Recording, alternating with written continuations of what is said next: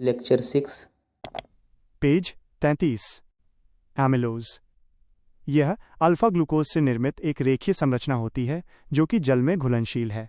इसमें शाखाएं नहीं पाई जाती और यह केवल 15 से 20% भाग होता है। एमिलोपेक्टिन। यह भी अल्फा ग्लूकोज से निर्मित है परंतु संरचना शाखायुक्त होती है। यह जल में अघुलनशील है और 80 से 85% भाग वाला होता है। स्टार्च के उपयोग 1. राइस पेपर खाने में इस्तेमाल होता है। 2. दवाओं के कैप्सूल में। 3. आइसक्रीम कोन में। 4. पेपर इंडस्ट्री में लेयर के रूप में। फ्लोचार्ट का विवरण। इस पृष्ठ के अंत में एक प्रवाह आरेख है जो पाचन की प्रारंभिक प्रक्रिया को दर्शाता है। ये अनाज आलू, चावल, गेहूं, मक्का से शुरू होता है जो स्टार्च का मुख्य स्रोत हैं। स्टार्च टूटने पर माल्टीज बनाता है और माल्टीज अंततः ग्लूकोज और ग्लैक्टोज में परिवर्तित होता है। पेज 34। स्टार्च का पाचन। स्टार्च का पाचन मुखगुहा में टाइलिन एंजाइम की मदद से होता है। ग्लाइकोजन। ग्लाइकोजन जंतुओं में संग्रहित होने वाला कार्बोहाइड्रेट है और इसे जंतु स्टार्च की संज्ञा दी जाती है। यह भी अल्फा ग्लूकोज की श्रृंखला से बनता है जो उच्च शाखायुक्त होते हैं। ग्लाइकोजन को प्राणी का कार्बोहाइड्रेट भी कहा जाता है और यह एक प्रकार का इमरजेंसी ईंधन है, अर्थात आवश्यकता पड़ने पर ग्लाइकोजन पुनः ग्लूकोज में बदल जाता है। ग्लाइकोजन चक्र और हमारा शरीर। रेखा चित्र का विवरण। यहाँ अग्नाशय पैंक्रियस की संरचना को एक चित्र के माध्यम से समझाया गया है। चित्र में इजलेट द्वीपिका को इंगित किया गया है। द्वीपिका से 2 मार्ग निकलते हैं, पहला अल्फा सेल की ओर जो ग्लूकेगॉन हार्मोन बनाता है और दूसरा बीटा सेल की ओर जो इंसुलिन हार्मोन बनाता है। पेज 35। Glucagon hormone. ग्लाइकोजन को ग्लूकोज में बदलना। ब्लड ग्लूकोज 80 से 115 मिलीग्राम प्रति डेसीलीटर के स्तर को बनाए रखना। Insulin hormone. ग्लूकोज को ग्लाइकोजन में बदलना। ब्लड में ग्लूकोज के स्तर को बनाए रखना। फ्लोचार्ट का विवरण। माइनस रक्त शर्करा का संतुलन। यह एक चक्रीय प्रक्रिया को दर्शाता है।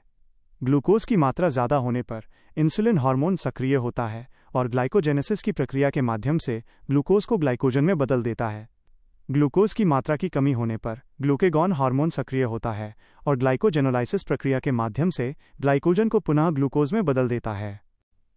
ग्लाइकोजेनेसिस। अधिक मात्रा के ग्लूकोज को इंसुलिन की मदद से ग्लाइकोजन में बदलना। पेज 36।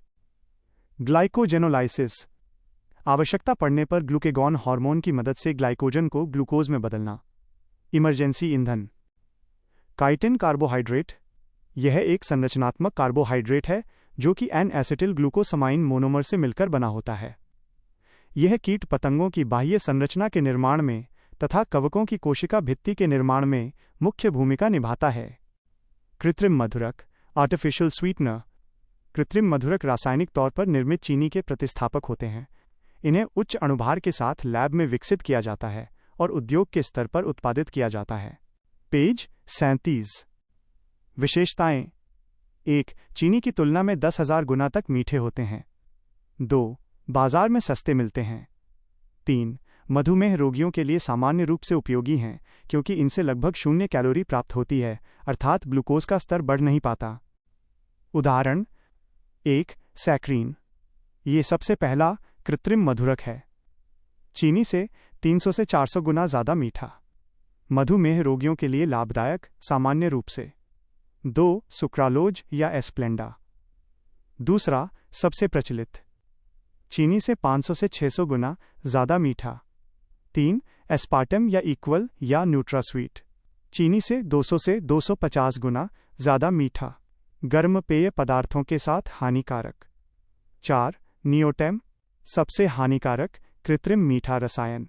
चीनी से 10,000 से 13,000 गुना ज़्यादा मीठा। पेज 38। 5. एसिसल्फेम पोटासियम या स्यूनेट। चीनी से 200 से 300 गुना ज़्यादा मीठा। नोट: स्टीविया रेबार्डियाना पादप की पत्तियों से मीठे पाउडर बनाए जाते हैं जो चीनी से 150 से 200 गुना ज़्यादा मीठा है। वसा ट्रांसफैट, वसीय अम्ल, कोलेस्ट्रॉल। वसा सामान्य परिचय। फ्लोचार्ट और रेखाचित्र का विवरण। इस पृष्ठ पर वसा की रासायनिक संरचना और शरीर में उसके प्रभाव को समझाने के लिए कुछ आरेख दिए गए हैं। 1. तुलना। कार्बोहाइड्रेट में CHO कार्बन हाइड्रोजन ऑक्सीजन का अनुपात 1:1 होता है। 2. वसा फैट की संरचना। वसा उच्च अणुभार वाले कार्बनिक यौगिक हैं। इसमें कार्बन सी की मात्रा 100 जोड़, हाइड्रोजन OH 200 जोड़ और ऑक्सीजन O की मात्रा 50 जोड़ होती है।